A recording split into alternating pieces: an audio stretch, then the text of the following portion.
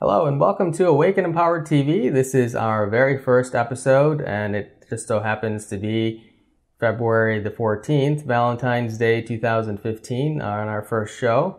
Our show will be on from 7 till 9 p.m. Eastern Time and midnight till 2 a.m. Greenwich Mean Time.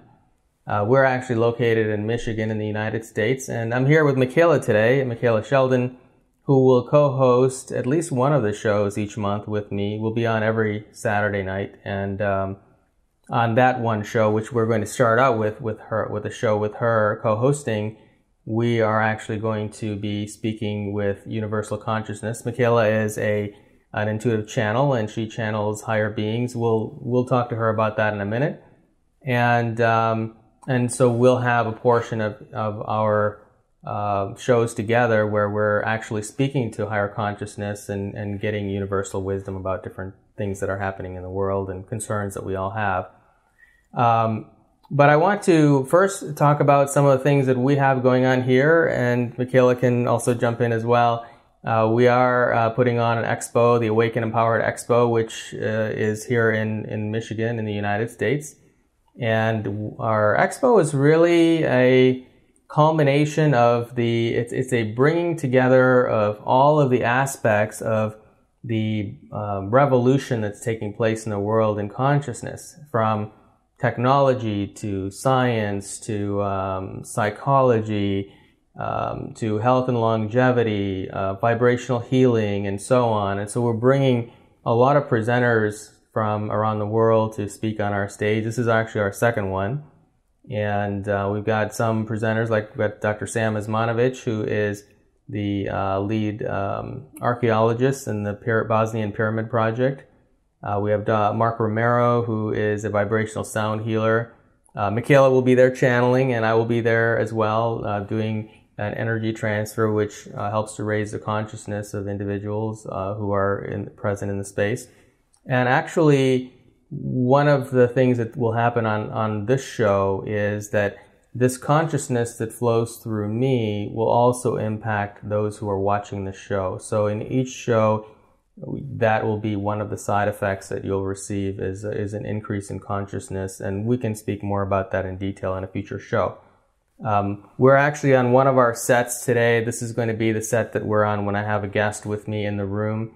But there will be a separate set that we'll use when I'm doing the actual shows with interviewing people remotely and so on. So anyway, any other things you want to say about the expo that I'm not thinking of? Oh my goodness. Well, the most exciting thing we just recently announced was we're bringing in Jagadish, who is a Spirit Voyage recording artist, just released her new album yesterday.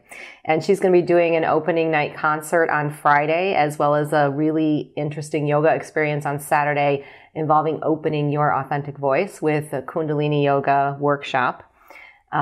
We have so many interesting demonstrations and vibrational healing experiences where you can actually participate as an attendee. I think that's so exciting about our expo this year.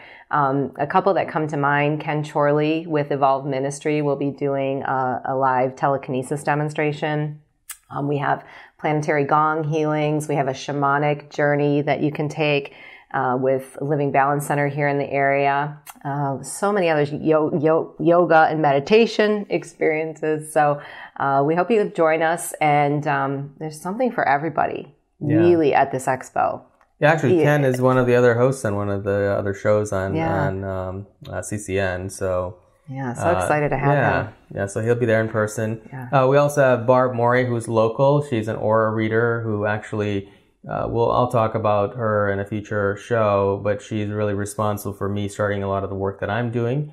Very gifted. She's got the ability to see the human aura. Actually, auras on anything with more clarity than anybody I've ever met. So she'll be there as well. We've got Dr. Edward Group. Did you mention him? I did not, okay. No.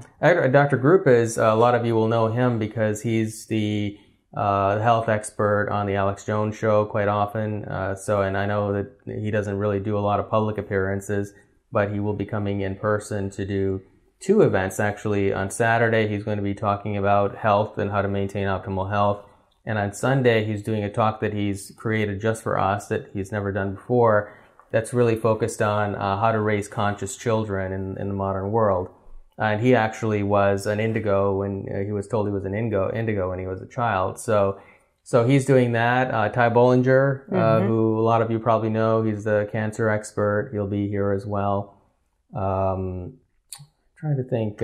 We recently also added Mandara Cromwell, who is going to be doing 2 talks that I'm really interested to see on cymatics and the science of sound, and bringing in a lot of tools as well, demonstration type activities where the audience can participate. Right. Ramania Dean Thomas is a ancient Chinese. He's a traditional Chinese herbalist who has really brought and combined the understanding of raw food into traditional Chinese medicine and created his own system and product line and so on. So he'll be doing a couple of events there. Also, we have a harpist who's a brand new modality of healing where she uses a miniature harp and she puts it on the human body and the resonance of the sound creates changes. I don't know what you want to explain. I had an incredible experience with Tracy. Yeah. She, she really works with her own consciousness and we channeled while we were, working with the healing modality. And I had an amazing experience. And I've had many vibrational healing experiences. And I have to say this one rates up at the top for me. And what we found is she's really working on merging together the spiritual, emotional, and physical bodies. And while she's doing that, you're really releasing a lot of karma, and also it's bringing your attention to blockages that you have going on. And I had an incredible experience where I was blocked in an area in my life and walked out the door and actually did something, took action. And it hit me later in the day when I looked back and I thought, oh my goodness, I was so amazed by that whole process. So I'm excited that she'll be there as well. Yeah. So some amazing things and presenters that we have that we're bringing in from out of state, out of country, and some who we are who are from the local area as well. So we have. And we also have an exhibitor showcase with lots of amazing events and so on. And these presenters we're talking about, they'll all be interviewed on this show in the upcoming weeks of the show. So we'll have a lot of them here in the studio in person, or we'll be bringing them in remotely. So you'll have an opportunity to get a feel for who they are and what work they're doing as well. But so now that we've got that, I hope some of you will come. It's going to be a great experience, a great opportunity. We're in a really nice venue out here in Michigan, and great people to work with. So we're looking forward to seeing you. And we'll talk more about that as we get closer to the event and as we interview some of the guests.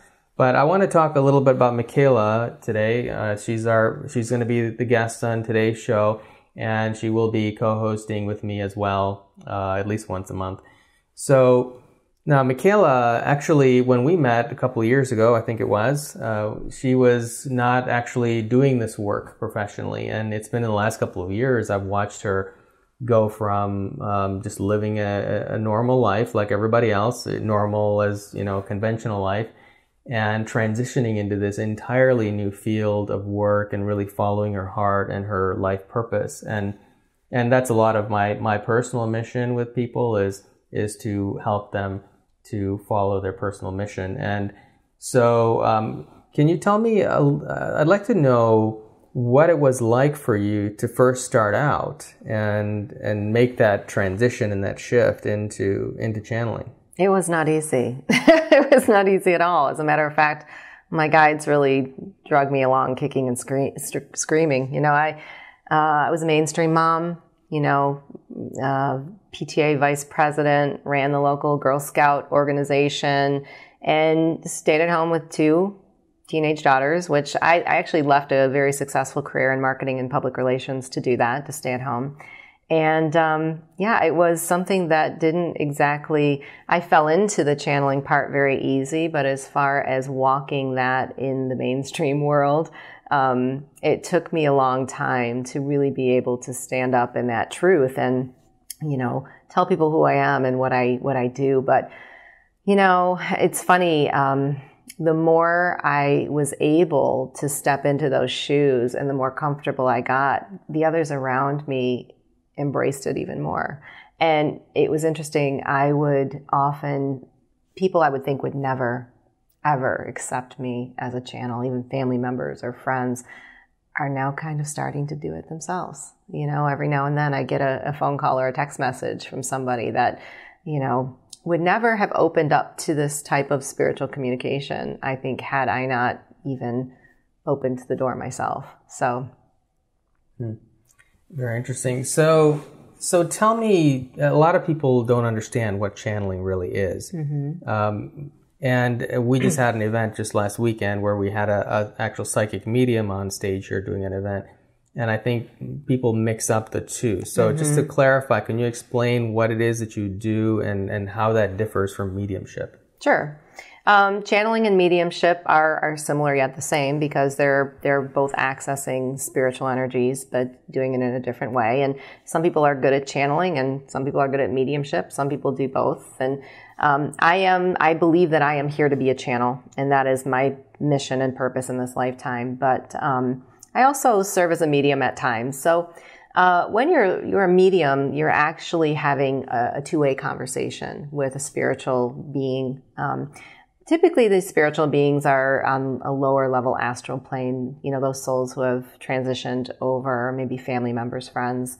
But the conversation is two-way. So I could ask a question and I could get an answer, and I could really receive a lot of information in a two-way flow.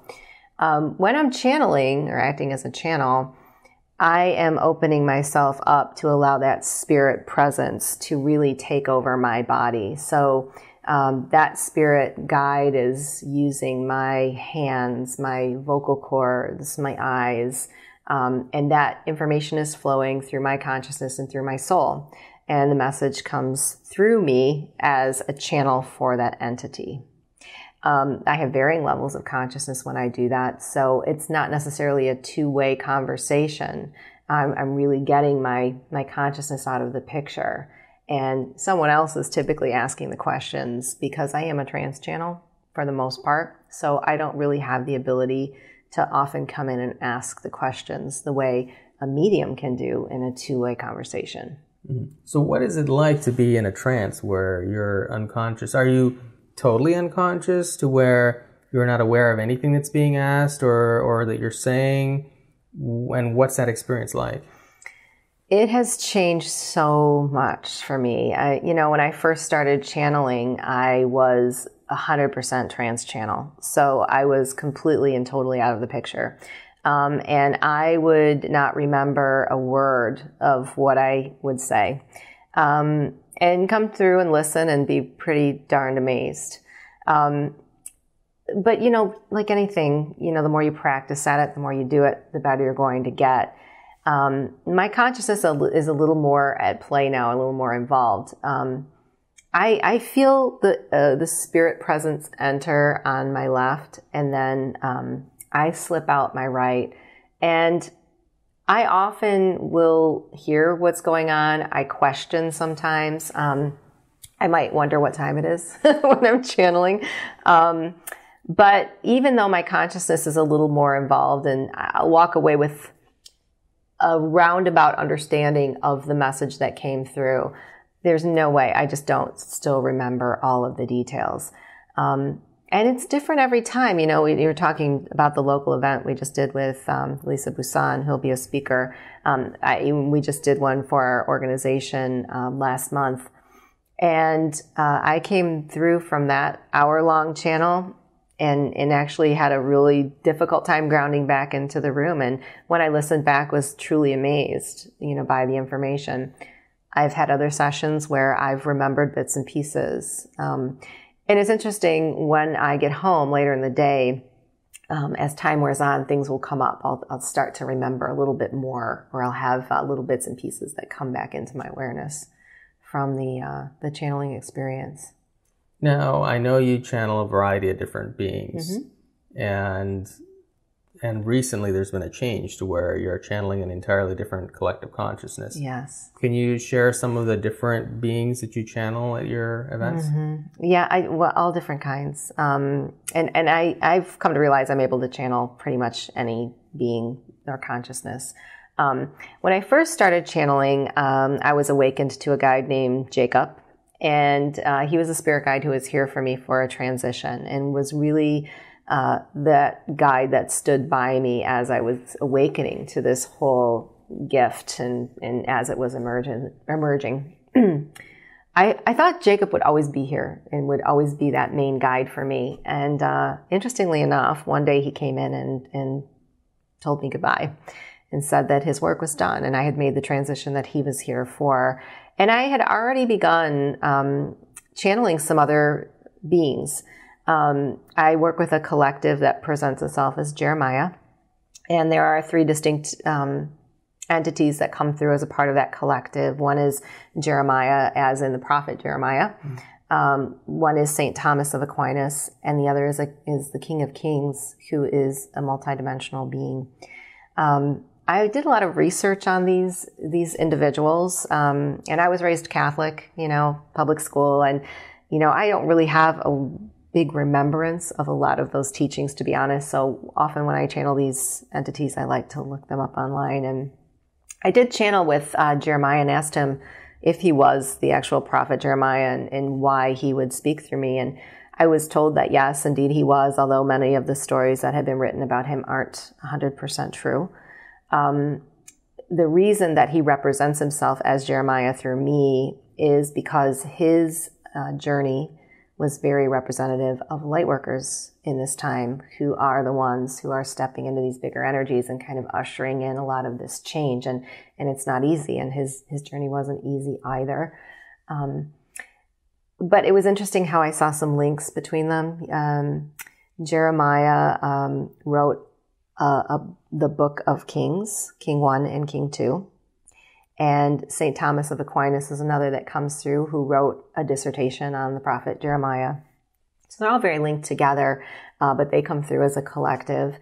And recently had an announcement about a month or so ago now, I guess, that I'd be working with a Lemurian collective. They represent themselves as the 9th dimensional ascension collective of Lemurian beings. But in addition to that, I channel for private clients. I work with archangels. I work with, individual spirit guides. I've channeled all kinds of, even people like Nikola Tesla, Albert Einstein, Martin Luther King. I believe that we can channel the consciousness of any being. It's all within your own intention. So variety of beings. Now, I've heard your story so many times, and it's very interesting, the story of how Jacob came into your life. Yes. Can you share that with us?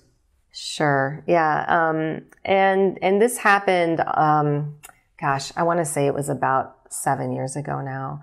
I had been struggling with some chronic pain, and this pain had gotten pretty bad. It was in my lower back, my hip, and my leg. And about this time, my family decided to make a move. And, I had been on this hamster wheel of Western medicine where we go every year with a new insurance card and we see a new doctor with renewed hope and got the same prescription every year, right? The CT scans, the MRIs, the prescription medications, the physical therapy, the whole bit. And every year was just getting worse. And this move, I really wasn't in favor of it.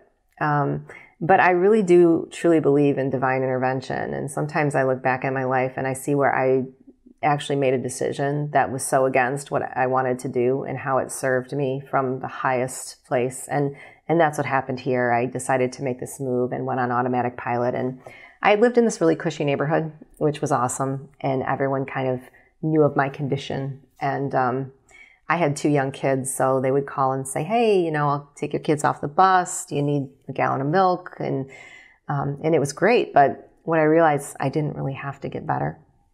So I made this move and found myself in a neighborhood where I was very alone.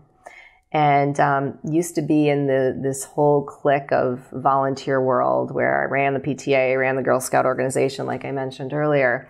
Couldn't make any of that work to save my life. Couldn't find a friend to save my life. And the stress of the move had actually increased my pain levels to the point where I was having my nerves ablated. I had started taking antidepressants. I was taking pain medications, washing them down with alcohol every night. And none of these doctors were helping me. So I took a really hard look at myself in the mirror. And I was 40 years old at the time and said, something's got to give. Well, synchronistically enough, in this new neighborhood, I was exposed to Eastern philosophy and had learned about meditation, and that came into my awareness that it would help me to disconnect from the pain. So I had started to meditate religiously 3 times a day, morning, afternoon, and night, and I started to notice some really interesting things happen. I was hearing things when I would meditate. Voices, names, but also when I was walking about my day, having regular conversations with people, I would notice I would think I would hear things that they didn't say out loud. So I really started to question that about myself and that perhaps I was a poor listener, but it turns out I found out I was a really good listener. And this all happened for me Christmas 2010 in one incident that really sent me on this journey. It was Christmas morning. I was having my entire family to the house. I'm the oldest of 3 children, so everyone comes to my house for dinner. And I bought a beef tenderloin. Don't eat meat anymore, but at that time I was doing that sort of thing. And I had a special recipe that I didn't really ever use except at Christmas, the one that you just need all the special ingredients for. And I got up that day, excited to make this recipe, excited for the day, went to the pantry, started to get everything out, and realized I had forgotten to purchase 3 very key ingredients for this recipe. There was a wine, a red wine, a beef stock, and a spice that I didn't have. And I thought, okay, let me just get a stool out here. So I got on a stool and started moving things around on the various shelves, looking for something similar, thinking, surely there's something I can mock this thing up. Came up with nothing. And I even remember that day calling the local gas station, knowing that the grocery stores were closed on Christmas Day, to ask if they had anything on the shelf that I could use, which of course they didn't. By that time, I was getting pretty stressed out and knowing I had this dinner party coming, and stress was a trigger to me that I knew my pain would escalate, and meditation was the key. So I told the family, hey, Mom needs a couple minutes. And I went into my room and I shut the door. And I went into a very deep meditation that day. And what happened next forever changed my life. I heard 3 words in a deep male voice, and those words were, I am Jacob. And it shook me out of the meditation. And interestingly enough, I wasn't afraid. I actually felt really peaceful. I had this buzzy energy about me, and just a calm came over me. And it felt really good. And just loving energy. And I tried to communicate back that day with Jacob, but I wasn't successful. But I didn't really care. I just felt renewed. And I thought, I'll salt and pepper this thing. This was ridiculous. What was I so stressed about? And I walked out of the bedroom and back to the pantry and opened the door. And there on the shelf, lined in front of me in a very neat row, right in the center, were the 3 ingredients I needed for the tenderloin, the red wine, the beef stock, and the spice. So I, of course, was overjoyed and thought I had manifested something into my physical world that day, and just went about my day, made the recipe, had a beautiful day. I just really remember it being a wonderful Christmas day for me. But for a long time after that, I kind of put it out of my mind. And I thought, as we all do, question, I thought, boy, I really missed those ingredients on the shelf. But deep down, I knew something bigger was going on there. And I don't know how to describe that experience and what it was in concrete terms. But for me, what it was the beginning of me just going on a quest to better understand what I was hearing, which has now emerged into what I do here on the planet. Yeah, it's an amazing story. I always love hearing that story. Now, I know your kids are also very gifted, and you just discovered this past year, right? Yeah. So tell us a little about that. Well, It took me a long time, as I mentioned, to come out as a channel in the world, and I did it in bits and pieces. And I didn't really feel comfortable telling my kids, not for their sake, as far as them thinking it was weird, but more for their sake as for others knowing that their mom was a channel. So I didn't really tell them right away. And I shared with friends and some small family groups, but I didn't tell my children right away. And what was really interesting was, as I emerged, my kids did. It was just a natural evolution. The energy just raised, I think, around the entire family. But my oldest daughter stepped into her gifts about a year ago. She can see spirit, and happened on a trip to New York when we went to visit the 9/11 memorial, of all places. And that is where I told her I was a channel, and we worked through all of that together. It was kind of a difficult, thing for her to have to go through, as you can imagine, but I was blown away by her sight, and she continues to work on that today. My youngest is a medium, talks to spirit, and has talked to many that have crossed over, has actually done soul rescues, and we've been able to do some things together, the three of us, with our gifts and meditation, which has been really unique and lovely as a family. And I know at the beginning we didn't talk much about conscious youth, but that was something that came out of this whole experience. And I know you and I have both had our own hand in that, and you've wanted to come up with an alternative school for kids for a very long time. And here, I was a mother stepping into these gifts with two kids who now were stepping into their own. So it's been great to be able to work on this group. And Conscious Youth is a group that we have here in Michigan that we are expanding out to all over the place, really, for kids that are 9 to 18 who have spiritual gifts, who are interested in these topics, and who need an outlet for not only expressing them, but also being accepted by their peers and how they're expressing them. So all of this has come from that one, right? Yeah. Yeah, that brings to mind, I forgot to mention earlier, our parent organization is called Flower of Life, and we have a lot of local programs, one of which Micheila was just talking about, our Conscious Youth program, which is a program we have in the evenings for kids from 9 to 18 to come and learn from experts in different fields, from everything from, we've had raw food to channeling to mediumship to energy, working with energy and protection and drumming, things like that, to help them to develop those gifts, and also for kids who are just curious about that. And one really important factor is that a lot of these kind of talents and things in our modern society are not really nurtured in conventional education. So we're providing these kids with an opportunity to meet other kids like them, to have these sorts of conversations and build relationships and so on. So, and we are working on a year-round school for kids, and we're hoping to launch that in the upcoming years as well. So an entirely different approach to education that is more on the alternative side than mainstream. But we'll talk more about that in a future show. But one thing I want to talk about, since we got on a sidetrack here anyway, is so this show that we're going to be having 4 times a month is really to bring forth a lot of the breakthroughs that are happening in the world in every field, from psychology to science to technology to spiritual things, people who are doing things to really move the world forward in a positive way.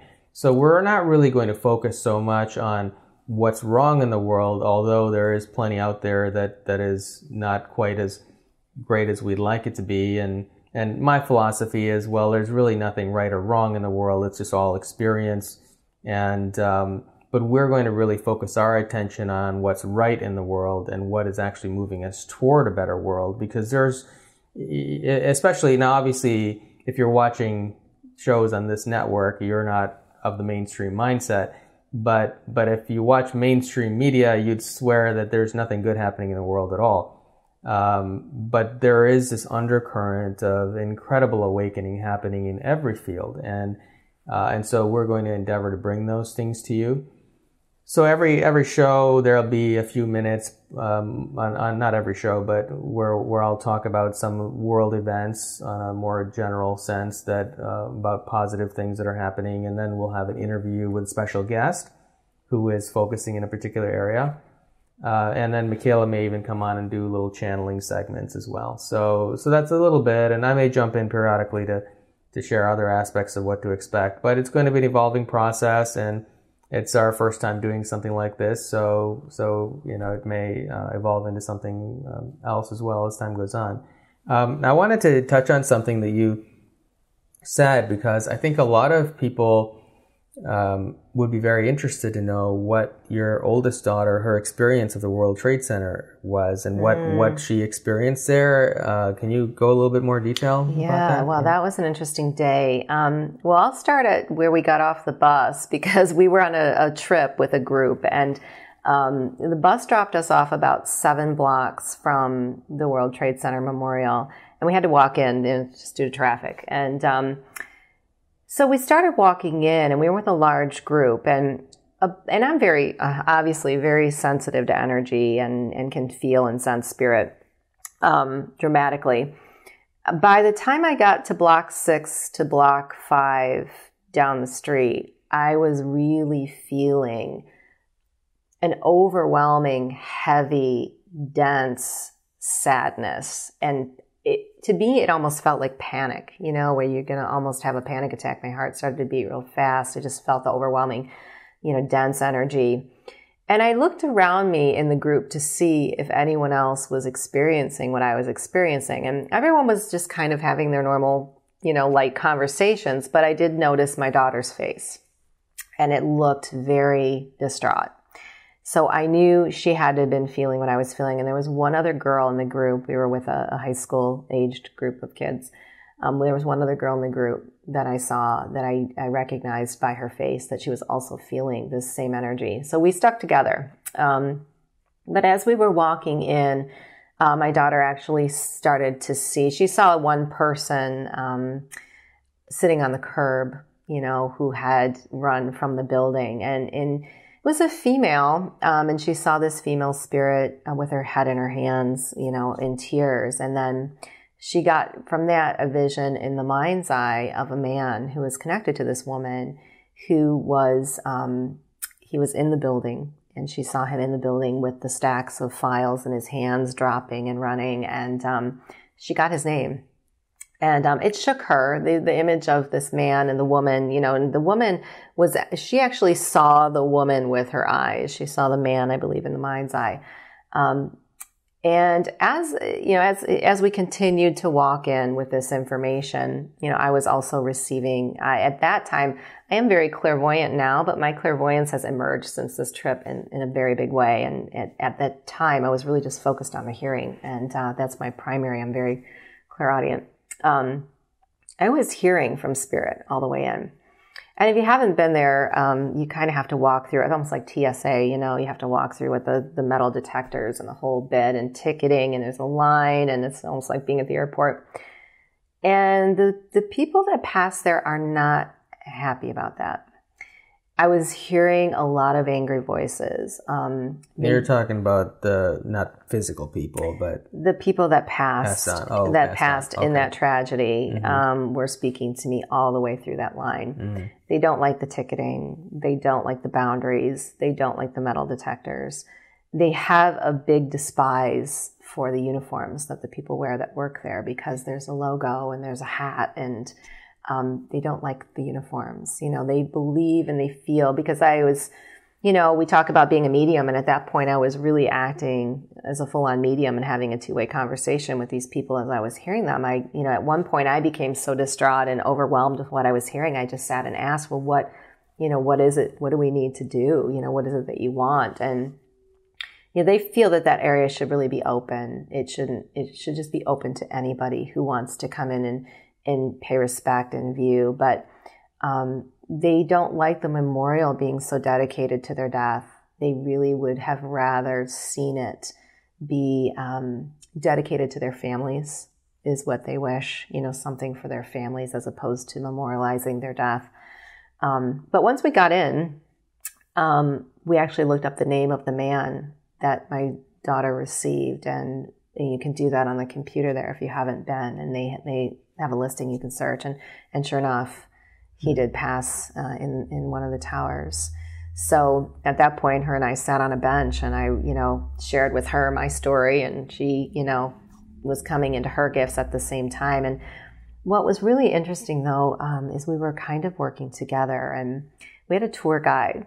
And again, the logos on the shirt and the hat. And, I was hearing, I said, they don't like the logo. And she said, oh, there's a man with his hand on your shoulder. And I said, well, why does he have his hand on my shoulder? And she said, when you said that about the logo, he put his hand on his shoulder. He agrees, that you heard that you heard. So she was seeing confirmation of the things that I was hearing in her own way. Mm-hmm. So it was really, difficult day, but altogether a beautiful experience for her and I as mother and daughter, and her stepping into those gifts. But we both learned a lot about each other in that day, but also about that whole experience and how those people feel about that whole area. So it sounds like they're not very happy with the fact that it's been commercialized, like their whole death has been commercialized, right? Yeah. Exactly. Mm-hmm. Yeah. There's a lot about the process there that they don't like. Mm-hmm. Yeah. Now, before we continue, it just occurred to me. So Micheila is actually the marketing director and executive director of the Flower of Life organization, and she also oversees our Expo. So she's got a lot of responsibilities other than just doing the channeling work that she does.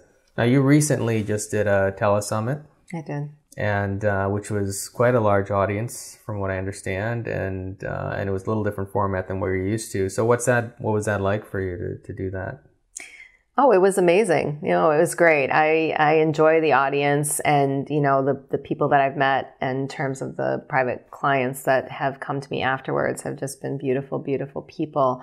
It's different to be on a show like that and have people asking personal questions. They're difficult to field, and I do that in private sessions, but it's an interesting process, when I'm channeling in front of a large group, which is, I think, why I'm here and what I'm meant to do. And I've been told that light workers are the ones that are meant to hear the messages that I bring forward. I'm really in a trance state, and there's no interruption, and it's just the information's flowing free. When I do a one-on-one private session, and people have obviously a lot of personal issues that they're dealing with, my consciousness is more in play, and I'm getting a lot of clairvoyant images in addition to the trance channeling that's filling in the gaps. So you almost need some time, because it's like taking all of the pieces of the puzzle and putting them together and assembling them in this energetic at the end of the message. And it can be a little chaotic if I'm on a call like that and, some person's asking me one thing and another person comes on and asks me another thing. So, but I think it was a fun show. It was great. I enjoyed it. It's a different format than what I'm used to. But I think that, the benefit definitely comes from the time, having the time to really allow that energy to fully express so that you get the final puzzle assembled for you. And you also see past lives, right, when you do private sessions? I do, yeah, I definitely do. And that's really interesting and neat. And that's more of a clairvoyant experience for you, right? Or it is now, but when I first started channeling past lives, it came through as more of a story. But now that my clairvoyance has really been evolving, that's a huge part. So I will see pictures, and I will tell the client what I'm seeing. But in between, I'm getting channeled messages that pull the pictures together into a story.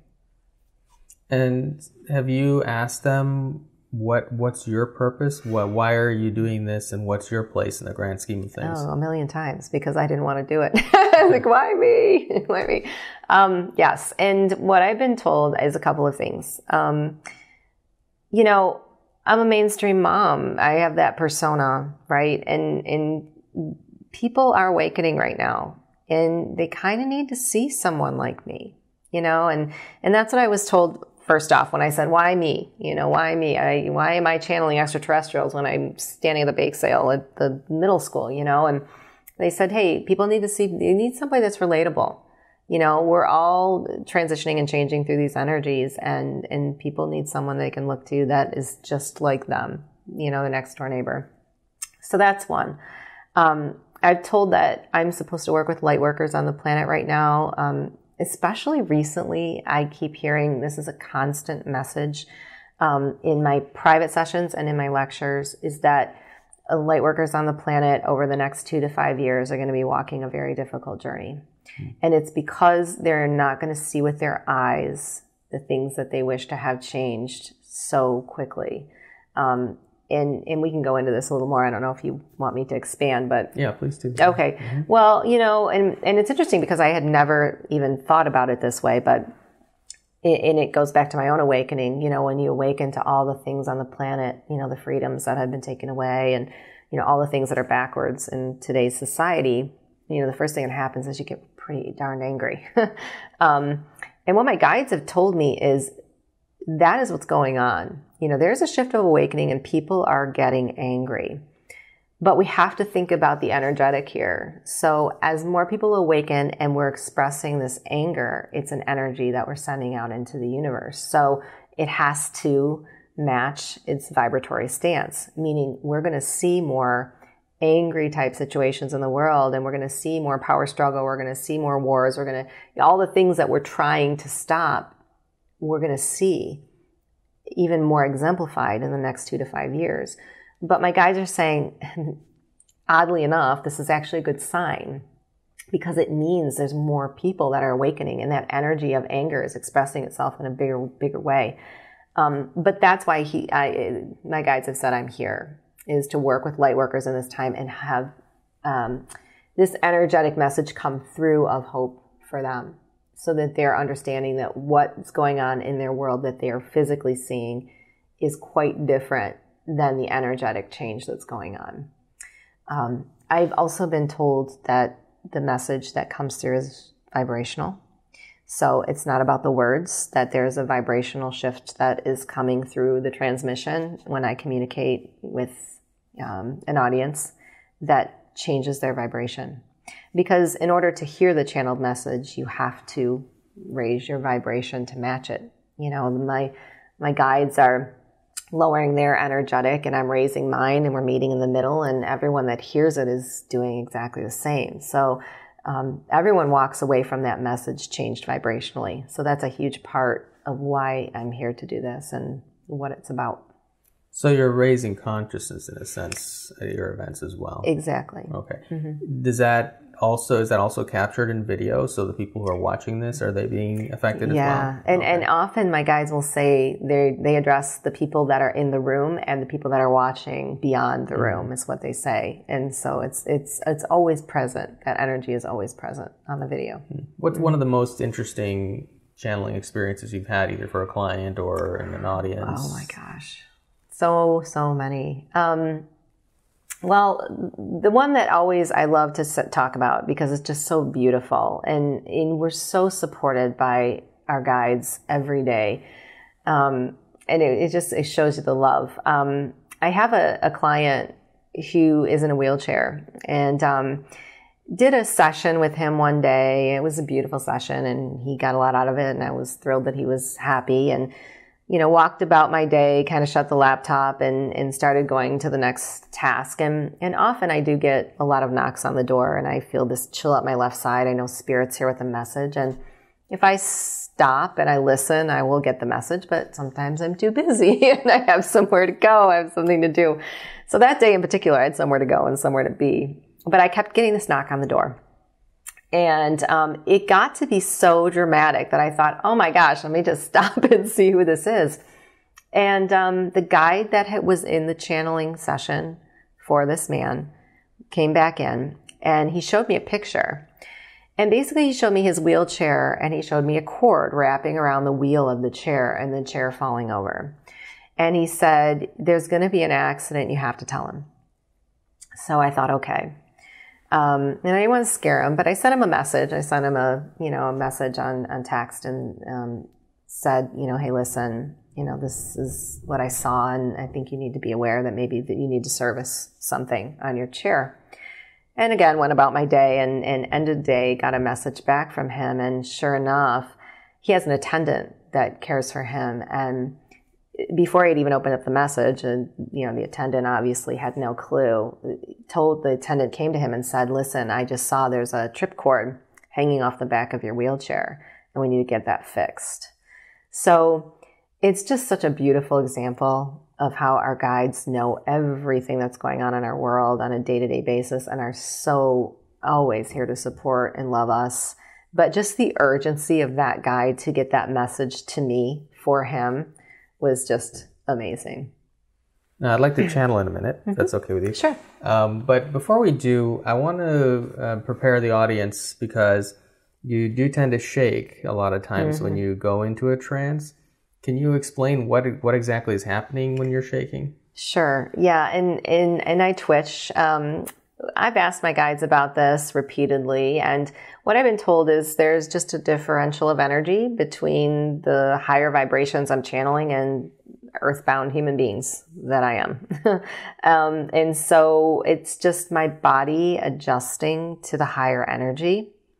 But they've also told me there's a two-part answer here.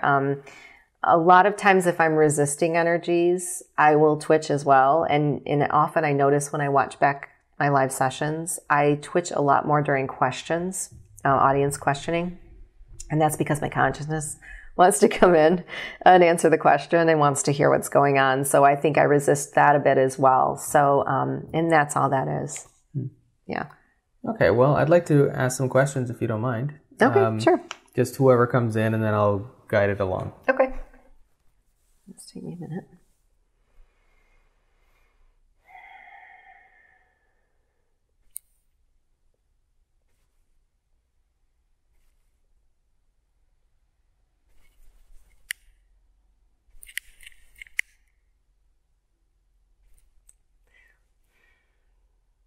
Jeremiah.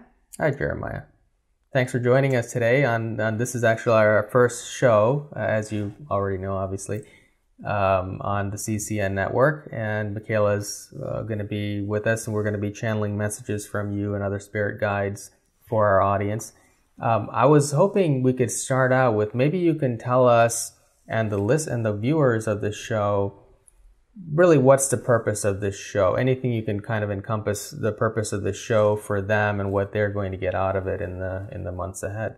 Yes, so we would like to address this question as an energetic, because the audience that comes to you through this transmission is one that is receiving a higher energetic light in this time. There's a vibratory stance of the collective that's assembled for this transmission that is one of equal nature. And you may say, well, it would be difficult for every human being to be of equal vibrational stance. And we would agree with that, because every human being has their own individual ascension process that they must walk, and in which they are standing at a measurement or scale. However, there is a consciousness upon your planet that we have called light workers, but we want you to know that the ones that are anticipating this message through you and through this transmission are, we would call master light workers. They are ones who are above many of the others. Think of it as there are levels of streams of consciousness on the planet now. And some are assembling into groups where they are matching the vibratory stance of that consciousness. And those master light workers that are coming forward to watch this transmission are ones who have ascended, we would say, for the most part, through their DNA genetic to a higher dimensional strand. As you know, we are currently in a transitional process, and one upon your planet, in which we are moving towards fifth dimensional energies. The beings we would call master light workers are human beings who have already been prepared for these energies and have already, they want to say, put a pinky toe into this energetic field, they're already tapping into fifth dimensional energy, unlike many other human beings upon the planet. But we want you to know there are collective groups of light workers, some who are still working in the third dimensional energetic, which is fine because there are human beings who need to ascend there. There is work that needs to be done in that third dimensional reality before it is left behind. But know that if you are watching this show, we would say you are standing in a body that is already adapted and is ready to take on in a fuller way the fifth dimensional energy. So through this program, there will be a higher transmission of energetic through the consciousness present, depending on the interaction that is taking place. So, in fact, we would say you, my friend, would be one that is a facilitator of this energy through your soul's connection to source.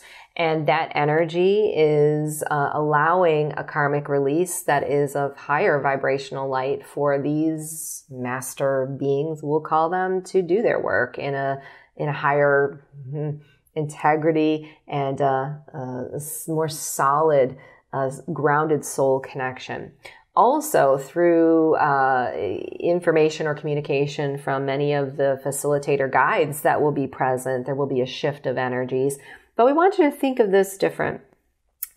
Always it is allowing you to ascend on your process. Always it is bringing you to a space of connection to your soul. But in essence, there is a DNA genetic healing going on through the communication of this channel in particular.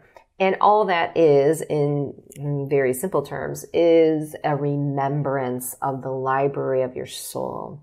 So every time, my friend, you are healing a new strand of DNA and re-illuminating that place that holds a category of information, it's taking you into a higher dimensional reality and ascending you through that reality in an expedited fashion. So that is what is happening here. But my friend, this is a needed communication in this time for many other reasons we want to say. Energetically, we are saying that there is a shift or a balance that must come into play here. And a message was brought forward regarding the vibrational stance of emotional anger and fear and how that is causing actions of relative vibrational stance upon your planet. Take this into consideration, my friends, that we will be out of balance with vibrational harmony in the universal pool or collective that we call our Earth, or our one with Earth, or our Mother Earth Gaia vibrational being. So in essence, any higher vibrational communication, whether that be through a consciousness of energy, whether that be through a consciousness of channeled spirit, or whether that be through the initiation of disseminating information that is a high vibratory rate, that creates the balance that we're looking for. So in essence, think of this show or this telecommunication as an effort in raising those master light workers to a new vibratory stance, but also assisting to shift the energies and balance them as there are more human beings beginning to awaken. And the consciousness that we would call a lower vibratory one upon your planet is being fed by this emotional vibratory stance, because that is in essence what is happening here. As many human beings are shifting to an awakening, they are releasing an emotional charge. We're going to call it a charge because it is an energy and it holds a weight of electricity in the universe. As that electricity is going out into the cosmos, there must be a reaction, there must be an interaction, there must be a due course. And that due course is going to be the feeding of this lower vibrational consciousness that is accessing these lower vibrational speeds of emotion in order to feed their own creative effort. So in this time more than ever, lightworkers are in need of that DNA genetic healing, that energetic shift in karmic weight, and an overall energetic balance of higher vibratory communication in order to complete the mission that is set ahead.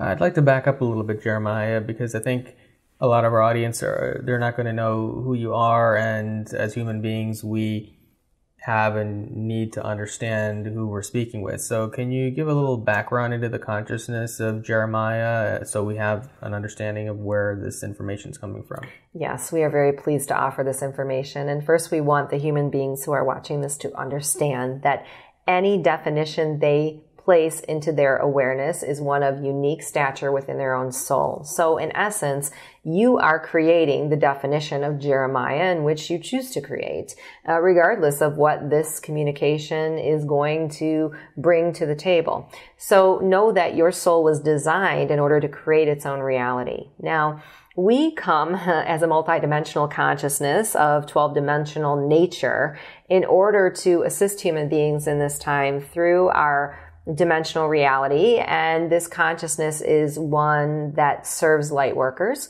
These light workers are ones who are serving the planet as a conduit for higher energies. We come in now as a representation of Jeremiah. Jeremiah being the king of all kings. Jeremiah being the St. Thomas of Aquinas. Jeremiah being you. Jeremiah being all. Jeremiah being one. But in saying that, the representation of the human physical form of Jeremiah is one of a light worker in itself. Even the name Jeremiah in definition is representative of a walk of light work. And we would say the reason that Jeremiah comes forward in representation of light workers in this time is that his story, my friends, is very representative of your own, in that there was many factors that you can equate. There was a spiritual connection to Christ through consciousness. There was a healing through that spiritual connection of Christ through consciousness. There was an awakening of the societal acts that were not in line with this Christ consciousness. There was a message that was to be sent through this Jeremiah prophet as a representation of Christ the consciousness. Now, think of yourself as a light worker and how you are connected to your own inner source God, and how you are seeing that that is not in line with where you are walking in your societal, physical world, and how you have become the conduit for this communication of bringing in this energy of the highest Christ consciousness, meaning peace, meaning freedom, meaning love, meaning oneness. Think now, my friends, of how this weight of this energy is feeling about you, as we don't want to call it a burden, but we want to call it a difficult journey. That is because of the differential of consciousness between your own DNA genetic strand and the other human beings who are participating in these societal acts. So we know, my friends, that it is a difficult time to be a master light worker, or to be a master being, or to be a conduit for energies. And in essence, we ask that you think of this consciousness as Jeremiah, of one that is understanding of that plight, of one that is one with that plight, of one that is holding hands with your consciousness and serving that plight. And that is who we are and how we represent and how we come through for you. Know that we are one of universal energy. We are connected to the one source consciousness, and we bring forth the full light of 12th dimensional energy through our communication. Tell us about the network we're on, which is Conscious Consumer Network, which just launched this month, actually. I'm sorry, in January. Well, now we're in February, so it's only been out for about a month. Tell us what purpose it plays in this awakening of consciousness, and anything you can tell us about where it's going as a network and the kind of people it's reaching and so on. Yes, we are very pleased to offer this information. And first, we would call this network you speak of as a collective in itself. And we wanted to define this word collective first before we go into this answer, because it is important and we use it very often. We say often there's a lower vibrational collective or consciousness, and there's a higher vibrational collective of master light workers. Well, my friend, you must know that anytime you are serving the energetic universe through an expression of creativity, you are forming an energetic consciousness. So imagine your unique expression in the world through this energetic consciousness. And if you are to come together with other human beings in a collective form, how a consciousness is forming around this group. That consciousness is an energy. That energy has a vibrational weight. And that is serving the universal pool of oneness regardless of whether it is interpreted by you as a good vibrational weight or a bad vibrational weight. It is all expansion and it is all good. Now, in saying that, there is a timeline of ascension that your planet is a part of, a very significant part of, we would say, and it is serving the evolution of all planets, of all beings, of the entire cosmos as you are walking it. There are many who have agreed to come forward in this time as souls in a physical body to bind together through a vibratory stance and usher in a higher dimensional reality and vibratory change in a way that is a unison or a collective group. It's important because the weight of this collective that we would call the network in a high vibratory stance or even in a low vibratory stance is going to create a shift. Now, we want to explain why we're saying high and low here. There are many in this consciousness, we would call this network, that have come forward with a plan of their own soul. And it is unique in order to express an energetic shift. That may be bringing forward truths, that may be bringing forward energy, that may be bringing forward realities that human beings are in need of awakening to. Oftentimes, this communication can come forward in a lower vibrational way, and we're understanding why that would be the case, because there are many things upon your planet that are not headed in the right direction. And it was written, and it is important that human beings are to understand through a connection of low vibration, that information. We want you to consider this. Human beings who have not awakened, who are still standing within a third dimensional reality, which is heavily weighted in the physical, are in need of their awakening process to be a connection through the dominant energy that they are vibrating at. Oftentimes, this may come through as a lower vibrational communication, meaning an angry report or sadness in the world that must be shared, or a wrong that has been done.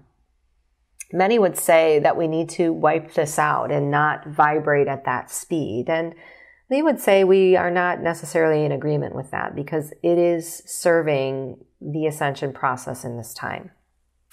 However, there must be a balance to that.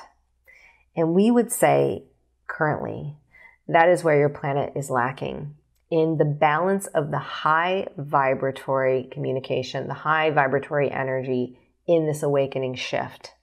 And that is what is coming next. And it was written that would come next. And so know that as a part of this network consciousness, that is where you are headed. You are here in this reality in order to shift an awakening in individuals. But my friends, know that oftentimes that shift of awakening must be on a level playing field vibrationally to where other human beings are in need of matching that stance.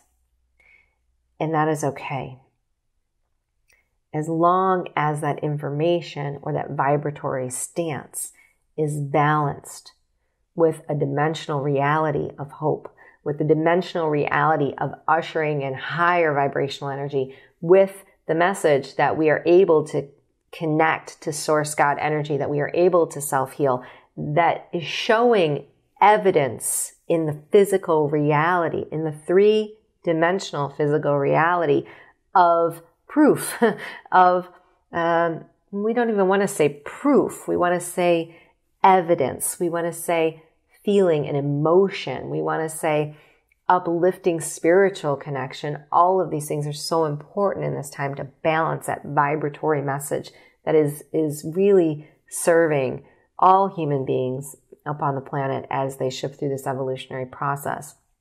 We want to close this by saying that this network you speak of, or this consciousness that we would call it, is one that is in current transition with this message, in current transition to balancing that message with a higher vibrational light. And there are many who are coming forward now to assist in that.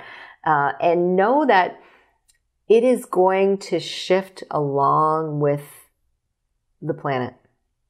So when the planet is ready to be accepting of higher vibrational information, and they have raised their consciousness to hear it, the higher vibrational information will then appear. So I want to clarify what you were talking about. So are you saying that being angry at situations that are happening in the world, and obviously people who are watching a network like this are more awakened than the mainstream population, and so we're aware and conscious of things that most people are not, and the majority of people still watch mainstream media and either believe what they're hearing or they're very much immersed in the emotion of that experience. So first of all, how do we treat or deal with the people in the world who are not yet awakened? And secondly, I'm trying to understand if you're saying, well, answer that question first and I'll come back to the other one. Emotion is the key. So in this question, the word emotion is the key, because human beings need to come into the understanding that their emotion is energy. Their emotion is an action. It is, many human beings must consider this very physical because they are still standing in a three-dimensional world. Emotion is the action that causes a reaction in the vibratory definition. So we want to address your concern here because we have defined that there is an audience that is standing at the brink of fifth dimensional transition or fifth dimensional integration. Yes. And if they are tuning in to a communication that is causing emotion in them that is angry, or causing emotion in them that is fearful, is it going to set back the ascension timeline? We would say there is most definitely that aspect that we are looking at now. And that has happened on your planet for many, what we would call dimensional realities, because there has been a disconnection between your physical, emotional, and spiritual bodies. And that is what we're stepping into, or what you are stepping into in the fifth dimensional reality.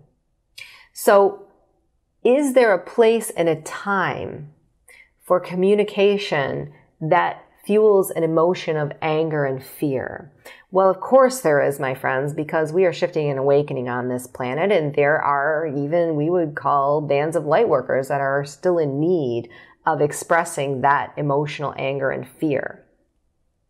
It is because essentially you all came here to serve the universal karmic release through your own. And in energy, through emotion is a key to that release. Where it's not serving the planet is through the ones that have stepped into the fifth dimensional reality or are starting to re-illuminate those strands of DNA now. They must now really focus their attentions on this aspect of emotional energy. Bigger than themselves even, because through them, they are the conduit of a Mother Earth clearing and healing and facilitating a connection to oneness that we want to talk about a bit more through their heart center and through their heart chakra that has been lacking upon your planet. The emotion of anger, the emotion of fear, is a heart-centered emotion that blocks that facilitation of resonant energy to another. So that is why there is a transition going on now in this consciousness, in which there are some coming in to bring higher vibratory information. Because you see, the shift is ready. It's a mirror. Think of it as a mirror, that those that are watching are ready. They are ready to rid themselves of these lower vibrational, emotional vibrations and access higher. So the higher is coming in now. And that is where we say there will be a transition. So let's go back to the World Trade Center story for a minute. Now, every year around the World Trade Center time, they have events where they're celebrating the World Trade Center, and obviously there's a memorial there, so people are constantly going there and visiting this event. Are you saying that it would be better if we just simply forgot about that and moved on with our lives versus dwelling on this occurrence and the emotions that are associated with it?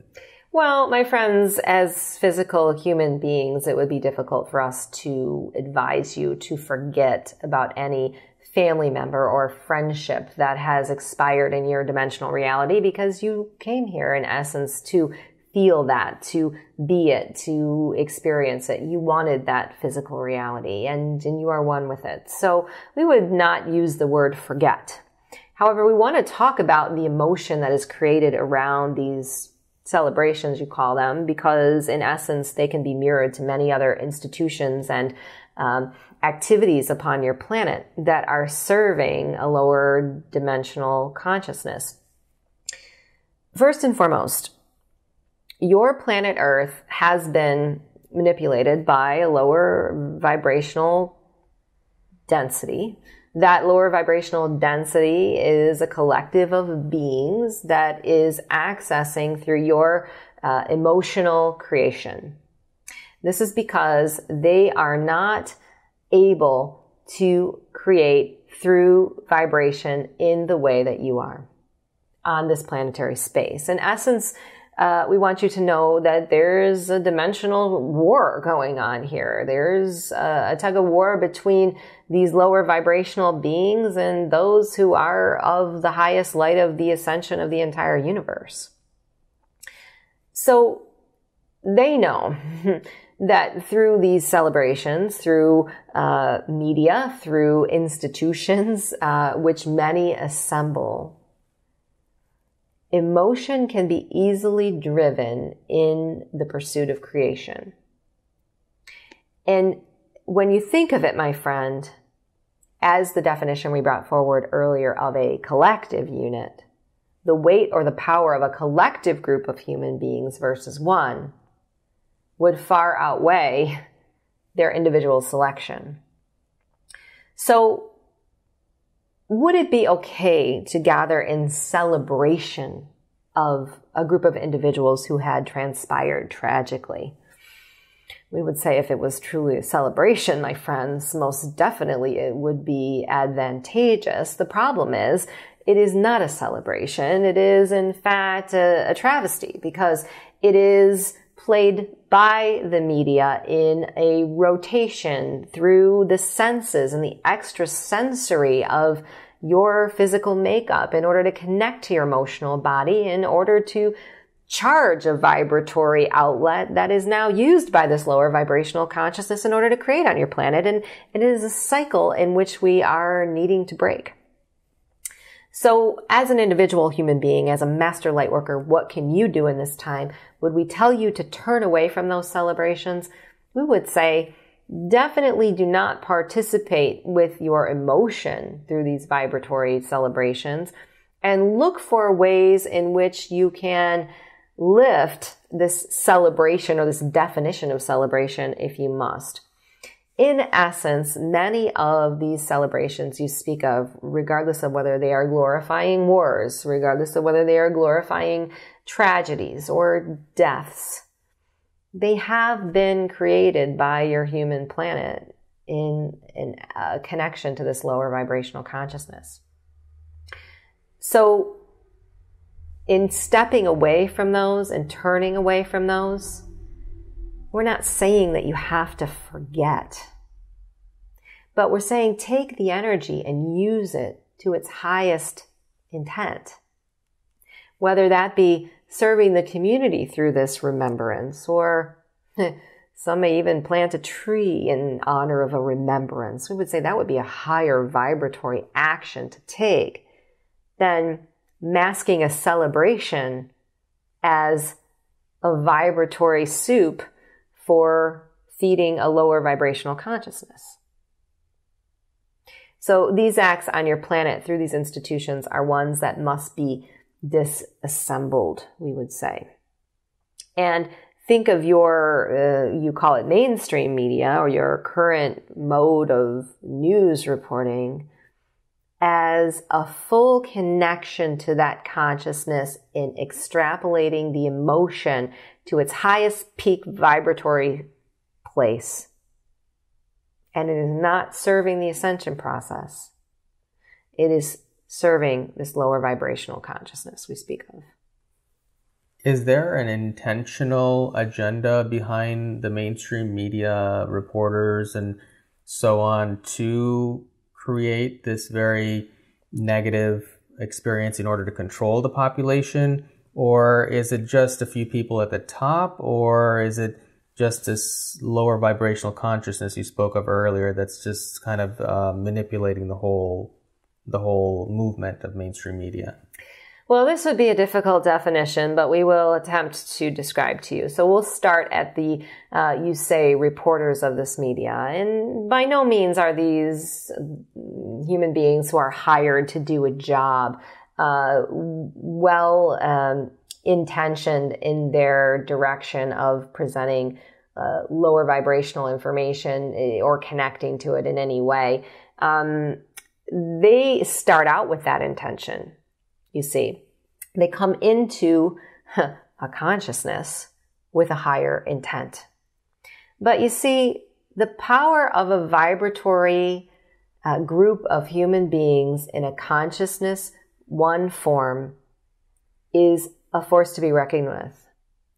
So these reporters that are coming in with this high vibratory intention cannot possibly maintain that level of energy in a consciousness that is of lower nature.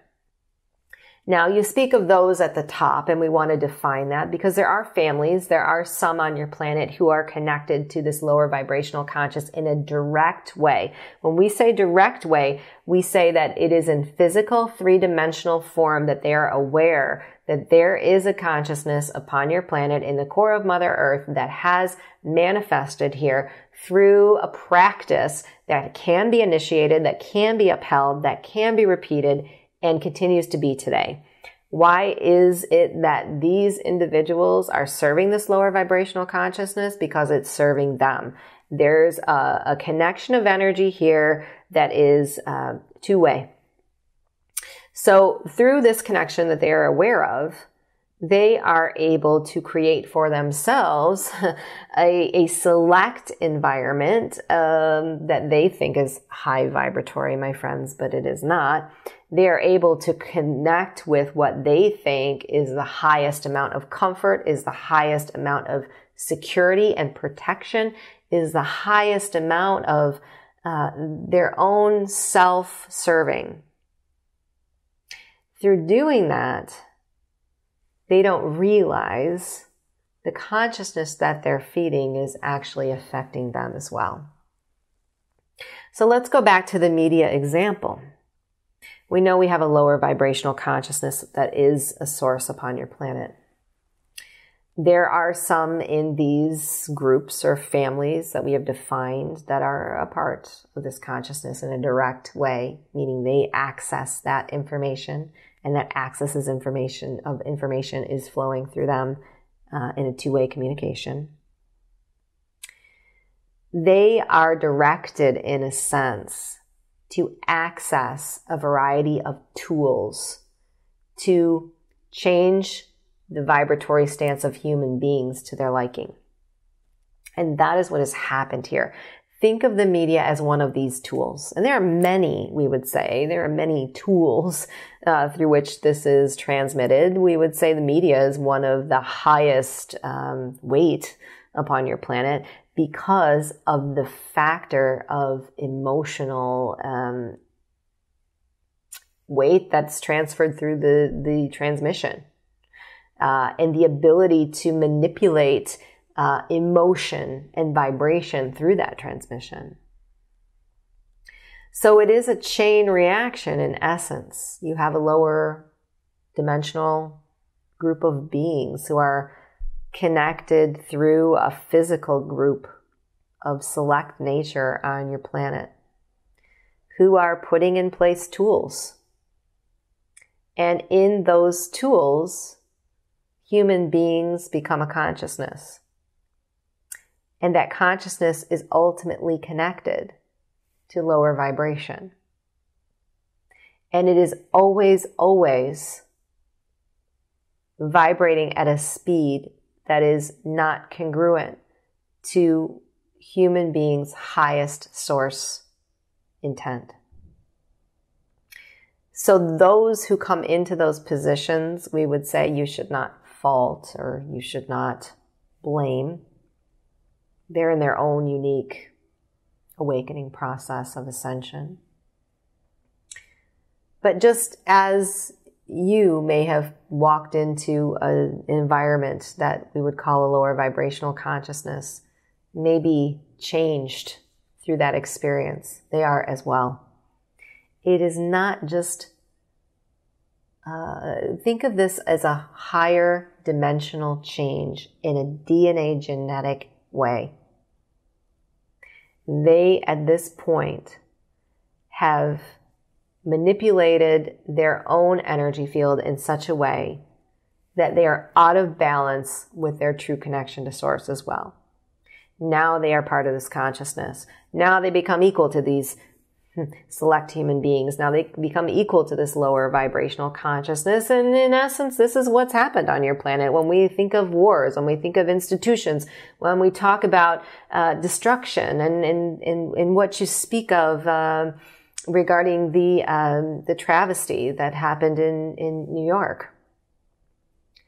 There's a consciousness here. It's an energy. It's an energy that human beings have been manipulated and placed into through their own connection to it through physical means. But understand that those physical means were in a third dimensional reality. Your planet is now moving to fifth dimensional energies. And this is good because in fifth dimensional energies, my friend, you are vibrating at a speed of spiritual connection that allows you to discern that vibrational attraction through your extrasensory in an expedited and very dense and prominent way. And when human beings step into that energy fully is when you will see many of these systems begin to crumble and change and morph, we would say. I'd like to speak with the highest consciousness Palladian collective that's available to us today, please.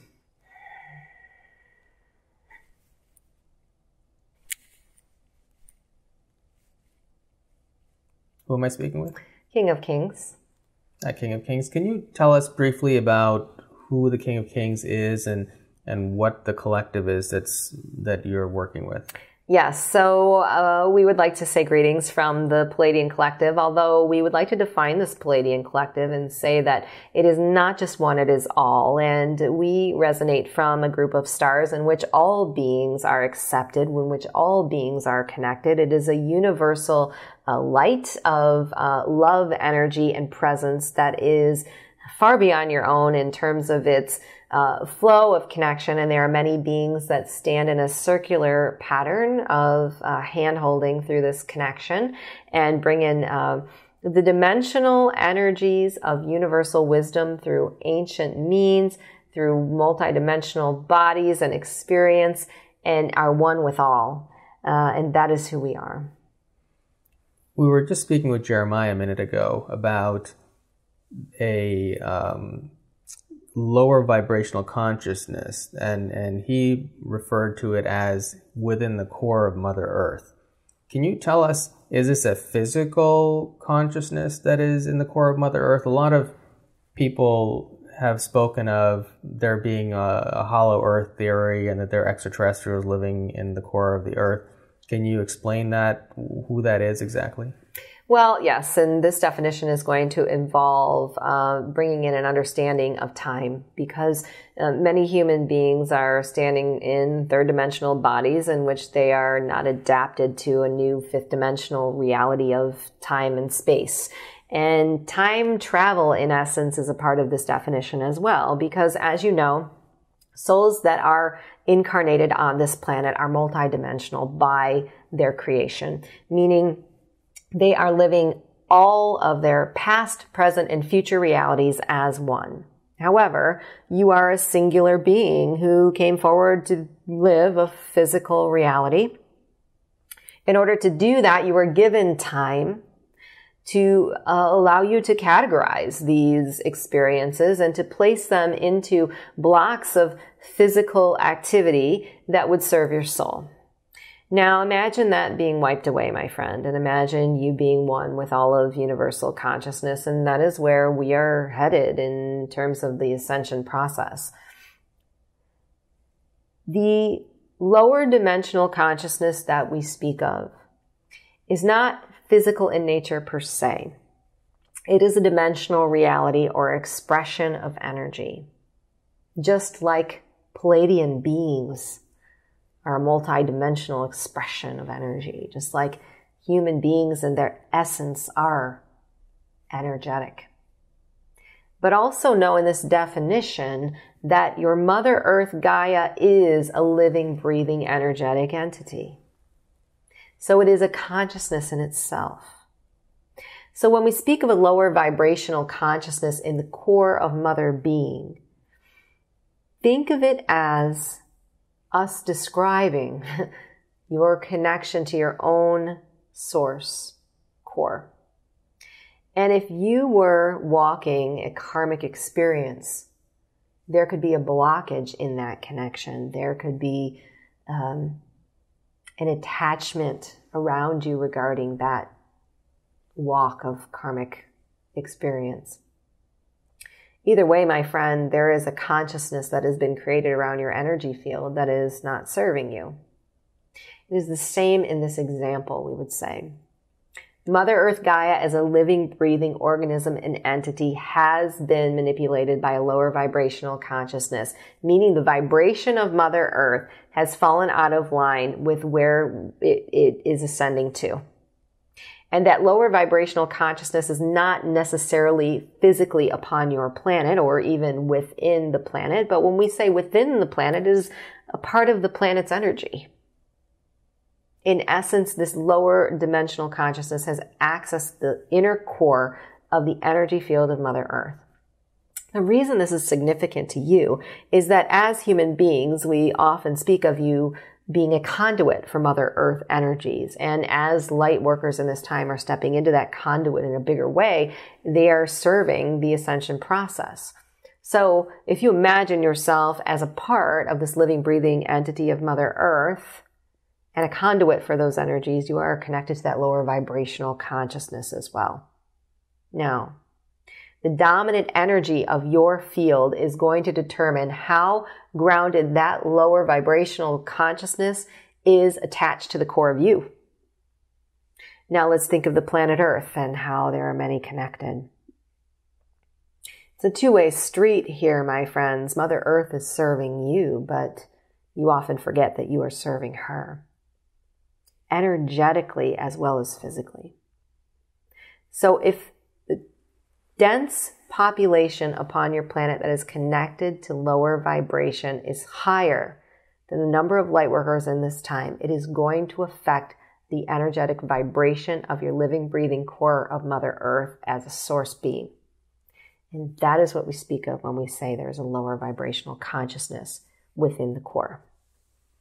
Have extraterrestrial beings ever physically manifested on Earth, such as Pleiadians? And are there any that are physically manifested currently, and will they in the future?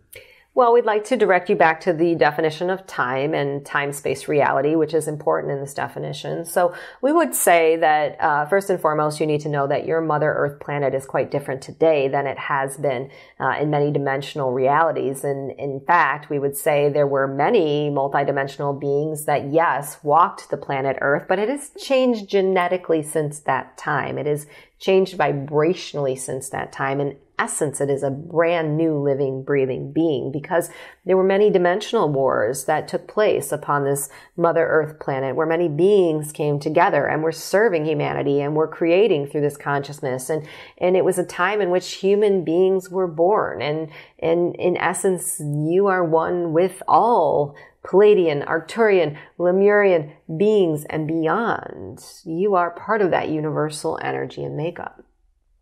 So yes, in physical form, we would say many beings in past dimensional realities, and that is the key, dimensional realities, have walked the planet. Now, we're going to bring in the understanding of time here again, my friends, and allow you to understand that many of you who are transitioning to fifth dimensional energies are losing this concept of the third dimensional expression of time. Meaning you are beginning to tap into timelines outside of yourself where you are accessing higher dimensional information and energies.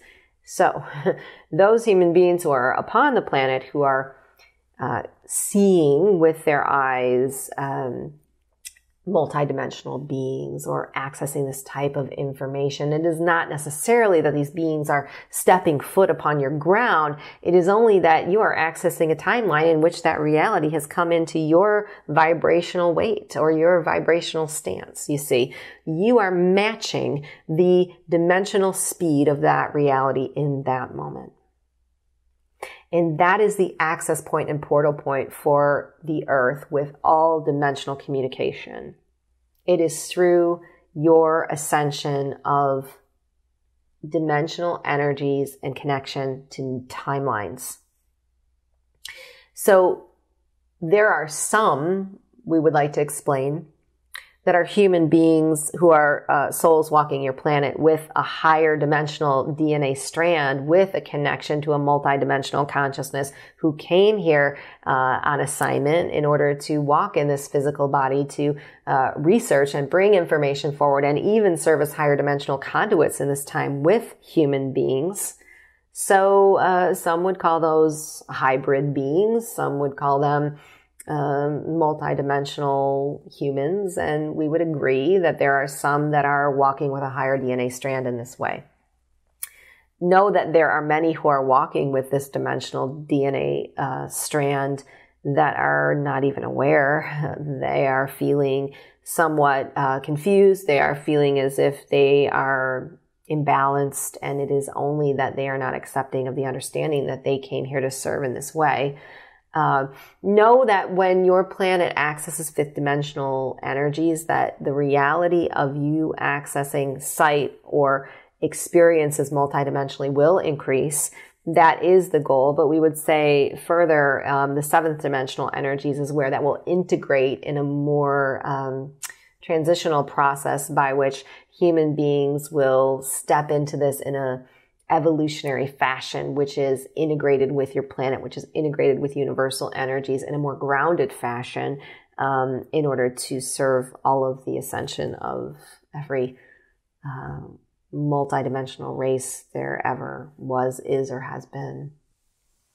Now we have an upcoming Expo this April, and we are bringing this archaeologist, Dr. Sam Osmanovic, to speak about the pyramids in Bosnia.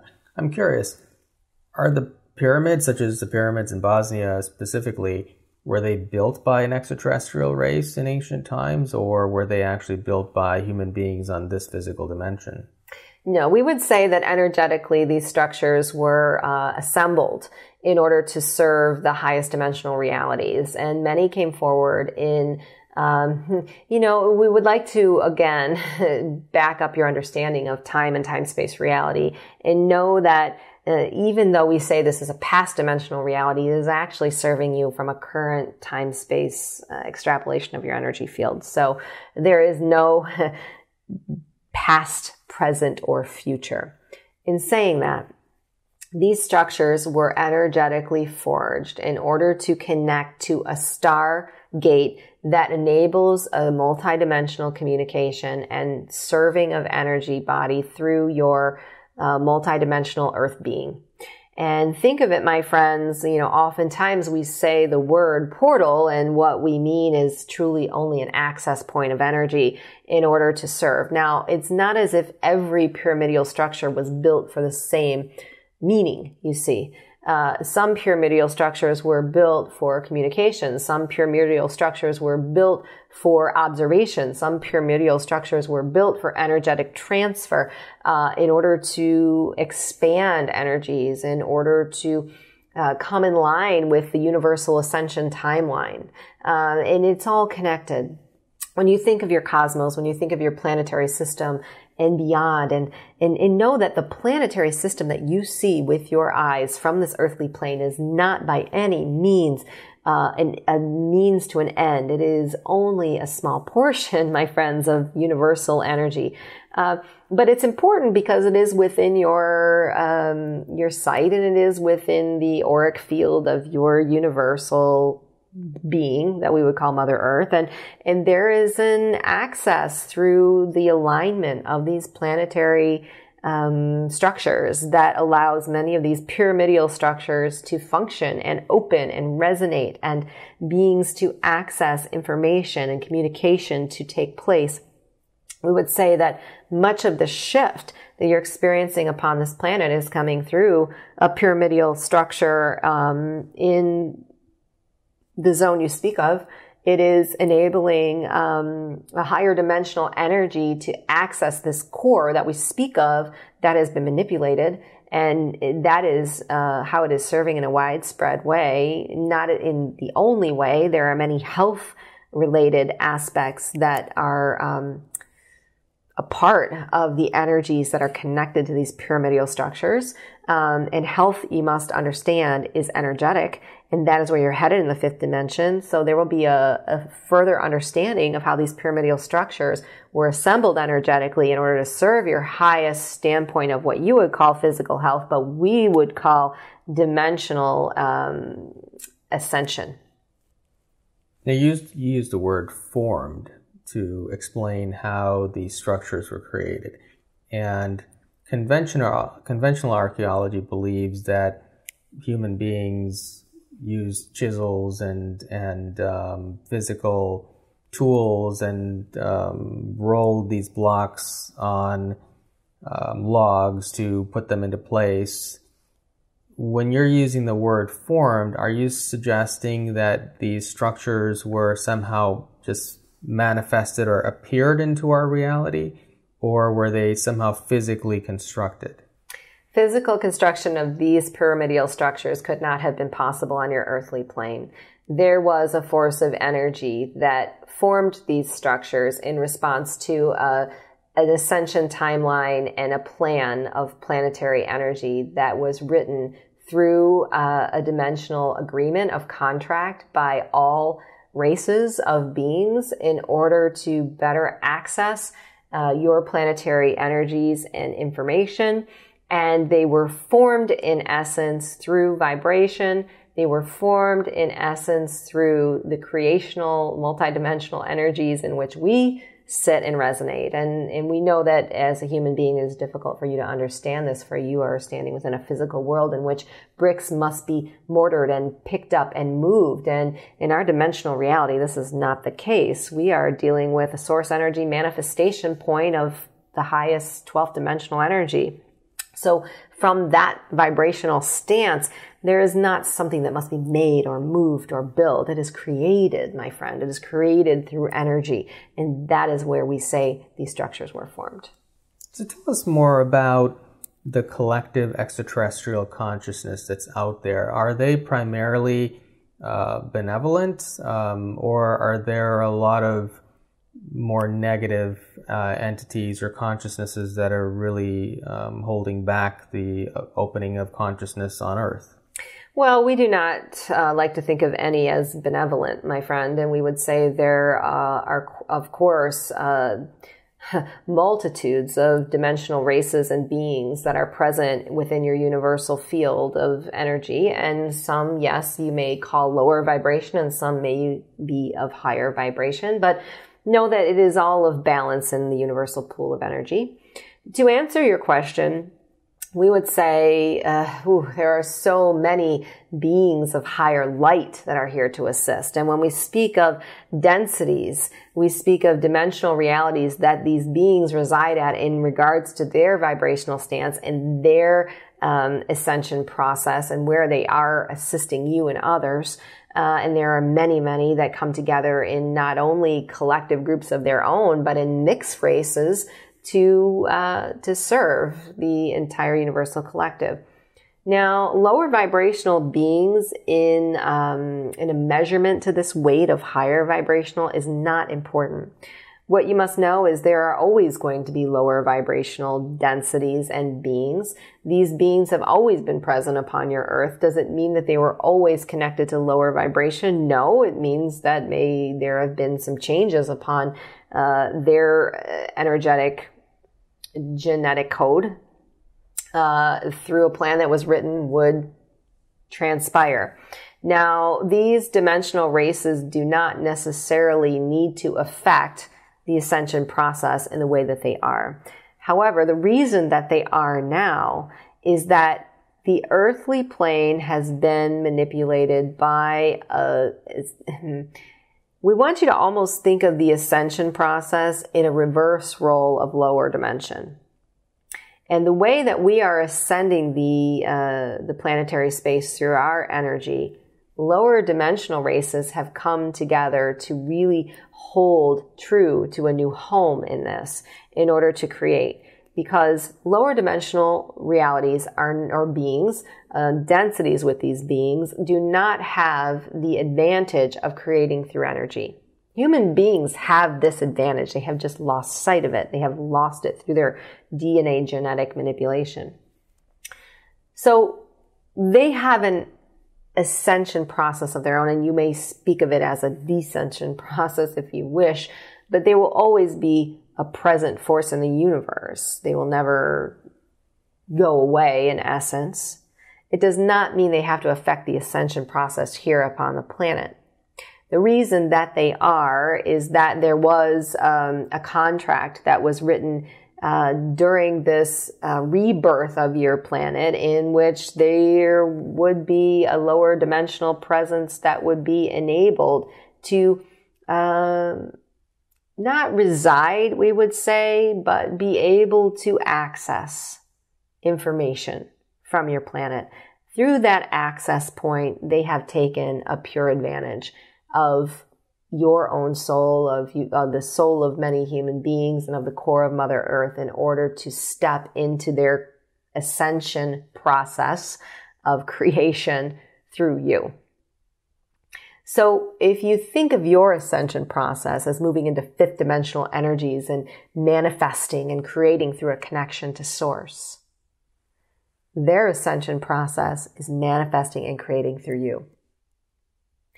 And that is where the human planet is standing currently. We do not wish human beings to be in fear of this message because, in essence, it was written on a timeline that this would happen as intended, and you are not any further along or not as far along as where we would like you to be now in line with this ascension process, because many would say, well, we would like to be further along and we are ready. And yes, my friends, we know there is a group of you who are well ready, but vibrationally, you must be at a dominant equal speed in order for many of these changes to not only happen, but to take hold. And that's what we want you to know. They must be able to take hold, not just be brought onto your planet. And we would venture to say this is where human beings are seeing a problem, because there have been many breakthroughs in the advancements of health and science and nature upon your planet. But they do not ever take hold. And the reason for that is that the energies are not congruent between all human beings to a point of higher vibrational speed in order for them to. So once these vibrations are maintained, these higher dimensional practices, techniques, healings, institutions will all take hold. And once they do, this lower dimensional consciousness cannot create through you anymore. And when that happens, they must go elsewhere. They must use their own resources. And that is when your planet will begin to transform. I'd like to speak with Mary Magdalene, please.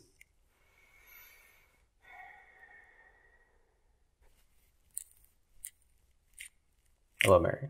Greetings. Could you tell us about, we're at a very pivotal point in the awakening of consciousness, and there's still a lot of violence and a lot of darkness and fear in the world.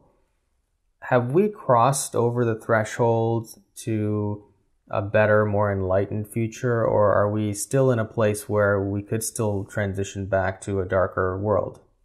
There is no going back, my friends, only ascension here. And we want you to know that there is much love and light coming in for you now as a collective group of master light workers. And we realize that in this time, if you are looking for proof with your eyes as to how this planet is changing, it is difficult to find. But know that this process that you're going through is only one of higher light, and it is not one that will fail. It is because if you are to need a measurement, look around you at your collective band of light workers. Everyone that carries this light and carries this weight of higher vibration is a higher force than even many who are still standing within a third dimensional, lower physical plane.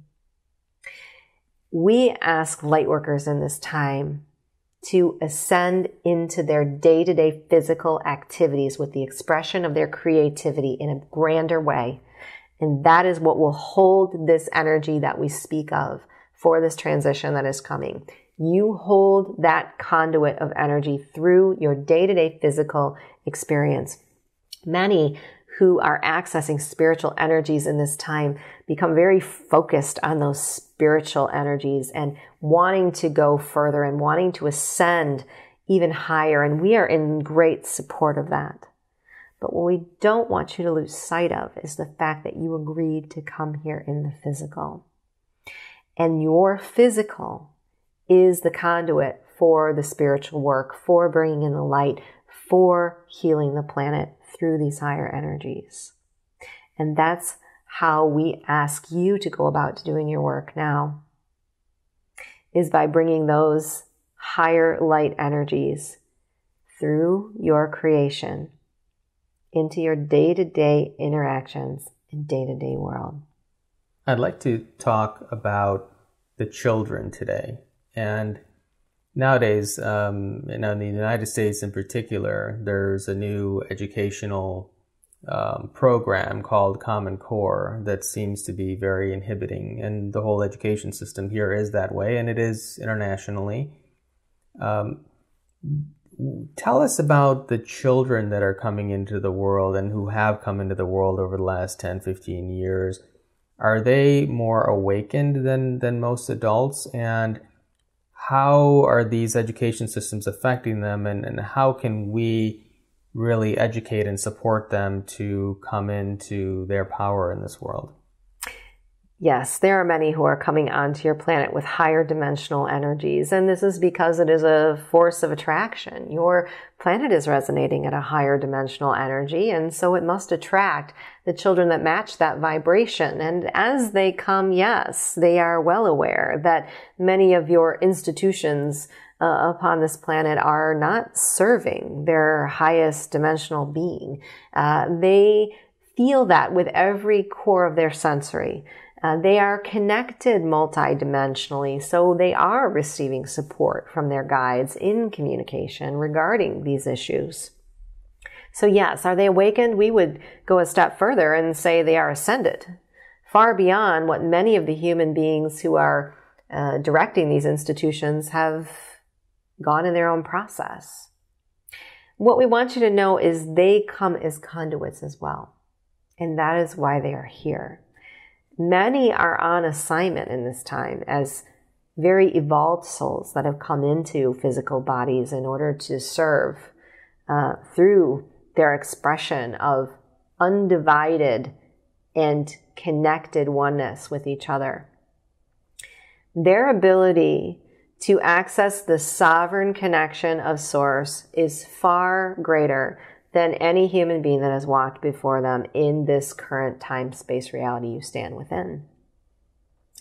In saying that, just knowing that this collective group of children has emerged onto the planet is a sign to you that the structures and the institutions that have been designed here are ready to change.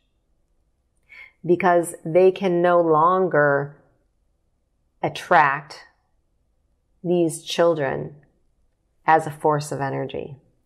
And this is what we would venture to say you will see in the coming 10 years, is many of these institutions will be either forced to change or they will be non-existent. The reason for that is they cannot attract the children that vibrate at this speed of light.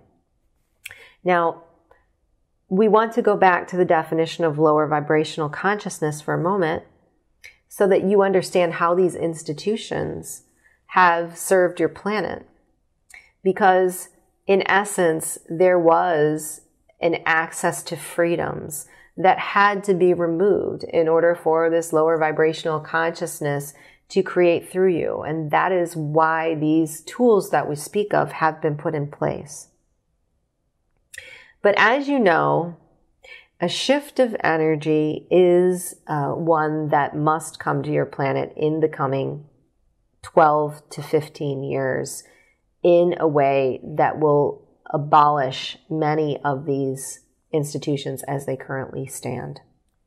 They will be replaced, but we want to explain the transformation that will take place here. In the next 2 to 5 years, there will be a struggle within these institutions. Understand that the restrictions will be more difficult. When you speak of this common core practice, this is an example of this.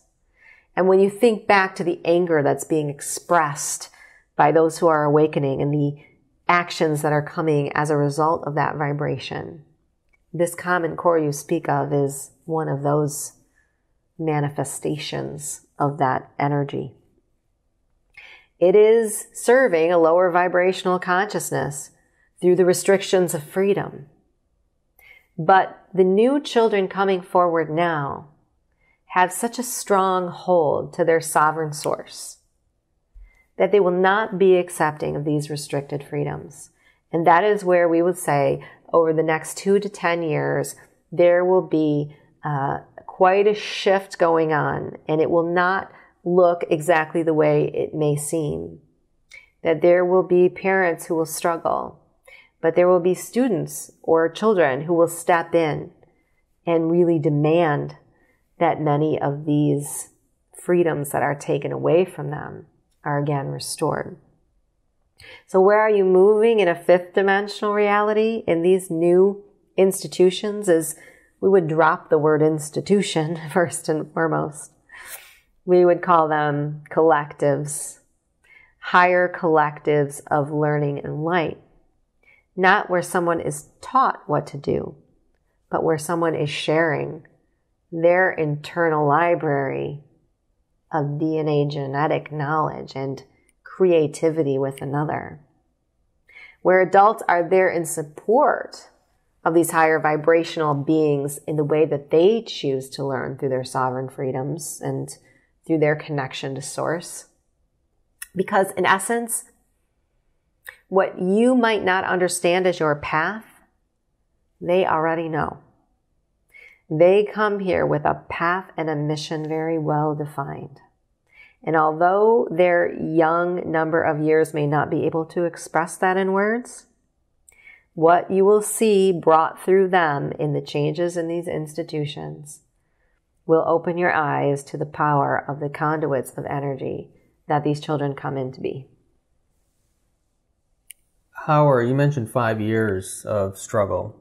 So how would you suggest that the viewers of this show, and who are primarily light workers, I imagine, adjust to and deal with these 5 years so that they can try to rise above the difficulty as much as possible? Yes, and it is always a free will choice to suffer, my friends. That is the most important message we want to give you.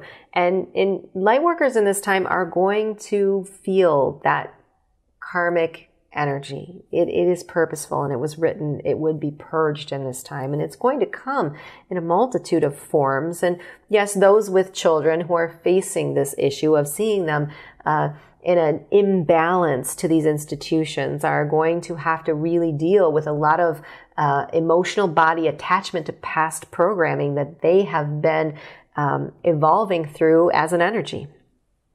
And it is an energy.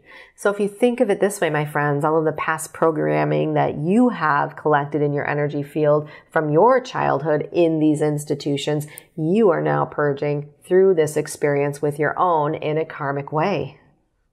It's a release. It is serving. So how do you not suffer? And that is the key. We ask you to only look to your highest intentional light in terms of your individual creative path and the ones of your children. Meaning, drop the responsibility of falling in line with a societal program for the benefit of a reality you wish to create with your mind, and open your soul to allowing yourself to understand that learning can look however you choose. The most important message we have about this is that when we say the freedoms have been taken away by these institutions, we equate the word freedom and sovereignty to joy and love. So our recipe for not suffering through this transition is to bring in the highest amount of joy and the highest amount of love into every daily interaction that you possibly can. And light workers in this time are going to have to break the barrier of what they think is acceptable in order to achieve that. And that is where some of the suffering may come in, and that is where some of the karma may be released, and that is okay. But if you are keeping in the recipe, you are always accessing joy, you are always accessing love, you are allowing, and that is most important. Resistance is not congruent to joy. Resistance is not congruent to love. Resistance is not congruent to expression of creativity. So allow and access the highest joy and amount of love that you can in your daily experience. Thank you. Many blessings. Well, that's our first show. Thank you all for joining us, and we'll have plenty more like this in the future. And Micheila, if you want to get in touch with her, she does have a website, MicheilaSheldan.com, and you can contact her for sessions for anything else. So we'll see you in another 2 weeks at the same time.